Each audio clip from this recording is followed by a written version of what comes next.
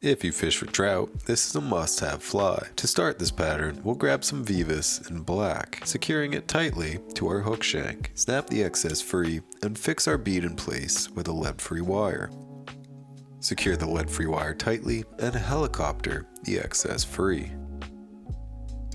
Next, we'll build up a small thread dam behind our lead-free wire and grab a piece of olive vinyl. Secure that just behind our lead-free wire and wrap back towards the bend of our hook. Once complete, we'll reverse directions, further securing our vinyl wire and leaving a bit of room at the head of the fly.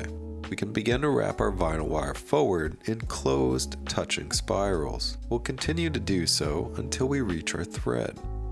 If you would like to win this fly, like the video, click subscribe, and comment #flies in the comments below.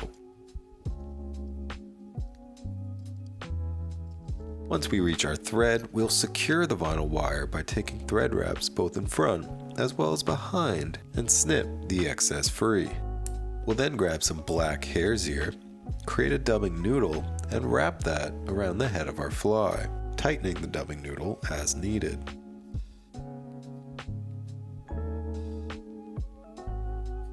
And finally, brush it out to give it a nice, buggy look.